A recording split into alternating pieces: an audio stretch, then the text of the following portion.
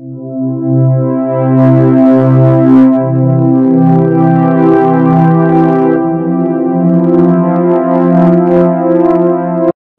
आज हम लोगों का विषय है एनजीओ प्रबंधन के क्षेत्र में निबंधन के बाद दस्तावेजीकरण। दस्तावेजीकरण एनजीओ की हृदय स्थली होती है। जितना अच्छा दस्तावेजीकरण करेंगे रिजल्ट उतना अच्छा सामने आएगा। अब दस्तावेजीकरण क्या होते हैं? दस्तावेजीकरण में सबसे पहले संवैधानिक दस्तावेजीकरण 3 तरह के होते हैं।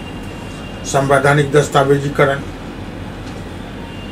वित्तीय दस्तावेजीकरण और कार्य प्रणाली से गतिविधि दस्तावेजीकरण। तो ये तीनों दस्तावेजीकरण हम लोगों को करना है। पहला संवैधानिक दस्तावेजीकरण।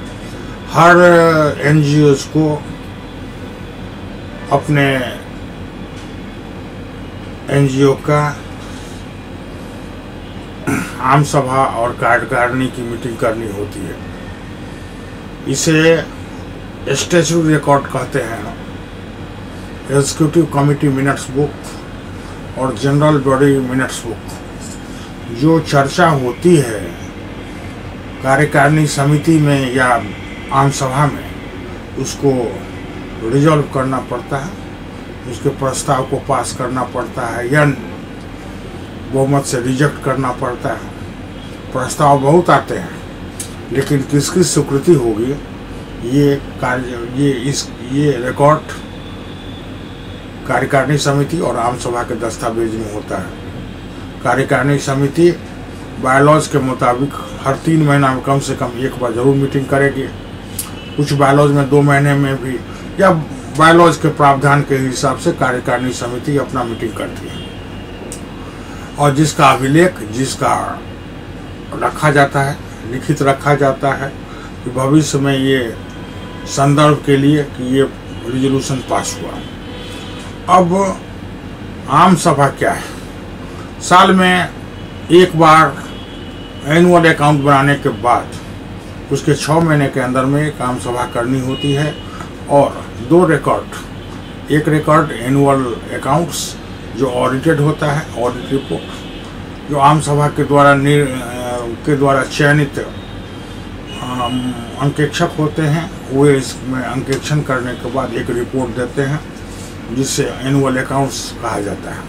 और दूसरा, हुई साल भर की गतिविधियों के बारे में एक रिपोर्ट तैयार किया जाता है, जो डायरेक्टर लोगों के द्वारा तैयार किया जाता है। उसे एनुअल रिपोर्ट बोलते हैं, दैट इज डायरेक्टर्स रिपोर्ट। तो 2 डॉक्यूमेंट, एनुअल अकाउंट और एनुअल रिपोर्ट, 2 महत्वपूर्ण दस्तावेज हैं जिसे आम सभा में प्रस्तुत किया जाता है और उसकी रिकॉर्ड रखी जाती है। हर साल ये दो रिकॉर्ड्स पब्लिक रिकॉर्ड्स होते हैं जिसकी मांग कोई कर सकता है, या हम लोगों को योजना परियोजना संबंधित या रिटर्न में इसकी कॉपी लगा के भेजनी होती है। अतः आम सभा और कार्यकारिणी का जो मिनट्स बुक है वो मेंटेन करना, साथ साथ से मेंबर्स का रजिस्टर मेंटेन करना। मेंबर लोग कौन मेंबर हैं, मेंबर रजिस्टर, ये स्टैट्यूटरी रजिस्टर है, इसका हमको संधारण करना होता है। और विस्तृत इसके लिखने पढ़ने के एक तौर तरीके होते हैं। ये सचिवीय कला होती है, सेक्रेटरियल प्रैक्टिस के अंदर में हम लोग इसको लिखते हैं। तो दस्तावेजीकरण अगर साउंड नहीं हुआ, अगर स्वस्थ दस्तावेजीकरण संस्थान द्वारा नहीं किया जाता है, तो इंस्पेक्शन में या कल के दिन कानूनी किसी पचड़े में पड़ने के बाद अच्छी खासी परेशानी होती है।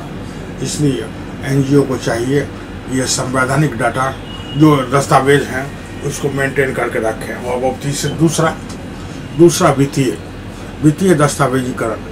वित्तीय दस्तावेजीकरण में रोकर पुस्तिका, कैश बुक, लेजर, खाता अकाउंट, उसके बाद फिक्स एसेट रजिस्टर, क्या क्या रजिस्टर है, ये अटेंडेंस रजिस्टर, ये एक दूसरी गतिविधि से donation register, stock register, fix asset register, ये रजिस्टर सब मेंटेन करने होते हैं, जिसे वित्तीय डॉक्यूमेंटेशन कहते हैं। और तीसरा गतिविधि जो हमारी होती है, जिसमें हम पम्पलेट, ब्रोशर, स्लाइड्स वगैरह या कुछ और बनाते हैं, तो उन सबको भी स्टोर अपने सुरक्षित रखते हैं उसकी कॉपी, कि हम लोगों की गतिविधि भविष्य में कोई देखे, आकलन करे हम लोगों की गतिविधियों का, तो ढंग से हम लोग दिखाने की स्थिति में होते हैं कि वर्ष बार, माह बार, दिन बार हम लोगों ने क्या गतिविधि की, और इसी गतिविधि के आधार पर हम लोगों का मूल्यांकन होता है। तो दस्तावेजीकरण का एनजीओ के लिए बहुत महत्वपूर्ण है, और इसे सचिवीय विधि से इसे संपादित करना चाहिए। आज हम लोग डॉक्यूमेंटेशन के बारे में जाने कि एनजीओ के क्या क्या डॉक्यूमेंट्स होंगे।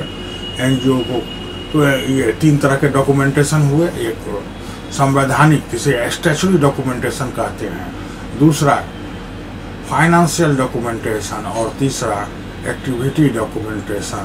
और इन डॉक्यूमेंटेशन को संस्थान को सुरक्षित रखना चाहिए। जो संस्थान की गतिविधि के बारे में खुली किताब होती है, और लोगों को असेसमेंट, संस्थान का निर्धारण करने में, उनको ग्रेडिंग करने में, उनका सिलेक्शन करने में, उन्हें अनुदान देने में यह महत्वपूर्ण भूमिका निभाता है।